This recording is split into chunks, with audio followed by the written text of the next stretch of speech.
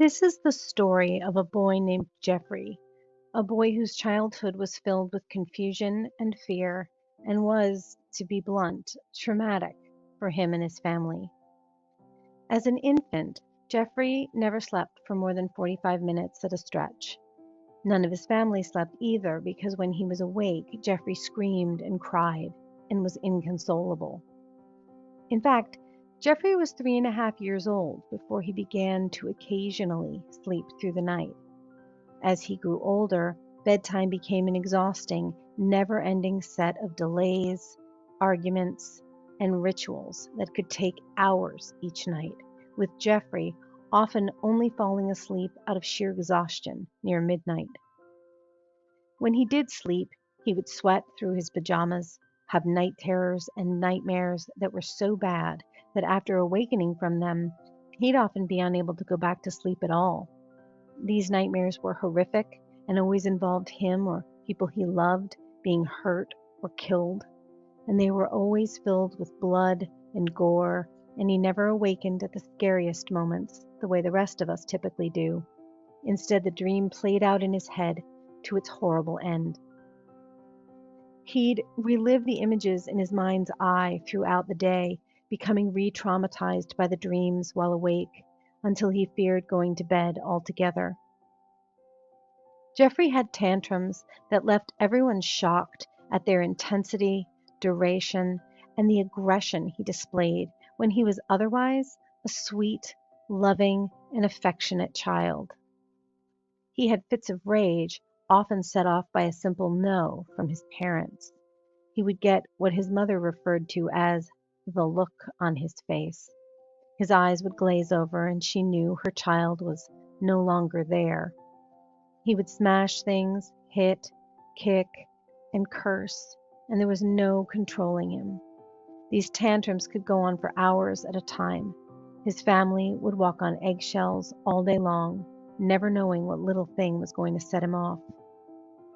His body's inability to regulate its temperature was evident from the night sweats and his refusal to wear clothes most of the time. His ears would flush red, were literally hot to the touch, and he often complained about his ears hurting from being so hot. As he grew up, Jeffrey and his family were traumatized by the aggressive and extended tantrums, terrifying, violent, and intensely vivid nightmares. Jeffrey would often tell his mother that he wished he was dead. One of her most frightening moments was finding Jeffrey in his bedroom trying to hang himself from the curtain rod with a scarf around his neck when he was only 6 years old. Jeffrey's life was filled with lots of appointments. Everyone he saw had a different theory, a different diagnosis, a different medication, a different treatment plan that they said would fix the problem. Family and friends had theories and treatment plans to offer as well, whether asked for or not. These usually involved Jeffrey's parents being told they were poor disciplinarians, which meant that they could fix the problem with more rules, more structure, more threats, more consequences. But this approach always made things worse, with outbursts, screaming, broken furniture, holes kicked in walls, failed attempts to restrain him, suspensions from school as early as kindergarten. At the core of each episode was a panic and a fear that gripped Jeffrey as he raged against anyone and anything he felt threatened or challenged by. Jeffrey and his family lived their daily lives in the shadow of these outbursts. He had few, if any, friends because he would misinterpret the other children's intentions and get angry. He was reluctant to join any groups or activities. He couldn't have a play date. He spent years being homeschooled because his school district couldn't manage his needs. His relationships with siblings and other family members were frayed and strained. His anxiety was so high that at age 7, he'd lost 10% of his body weight and was peeling the skin off his fingers. He was always afraid of something. Truth be told, His parents were always a bit afraid too, afraid of what would set him off, afraid of what he would do, afraid of the effects all of this was having on his siblings, afraid of what would happen to him as he got older and bigger and stronger. And most of all, they were afraid of the size of his fears. Once again at age 6, Jeffrey said that when these outbursts happened, quote, "Jeffrey has gone away. I still look like Jeffrey on the outside, but on the inside, Jeffrey's gone." For Jeffrey's parents, the worst part of each tantrum was what happened after they were over.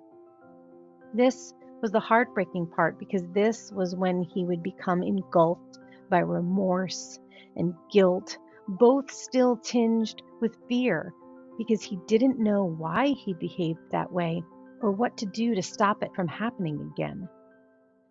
This always led to self-recriminations and self-loathing. He would cry at bedtime, saying he was worthless and useless and no one needed him. He believed he was just a terrible person. Jeffrey and his family felt abused and beaten down, helpless and hopeless, and afraid for his future. And they were left wondering, what is this? And why doesn't anyone know what will help? The truth is that Jeffrey's story isn't the story of only one child. It's the combined story of many children who live with a newly identified diagnosis called fear of harm. One of the most frustrating things about fear of harm is that without knowing what it is, people don't realize that this story isn't one of a poorly behaved child with parents who are poor disciplinarians. It's the story of a real-life catalog of symptoms of an identified illness that just hasn't made its way into the Diagnostic and Statistical Manual of Mental Disorders yet. In the next video, we'll go over the diagnostic criteria that's been developed for fear of harm.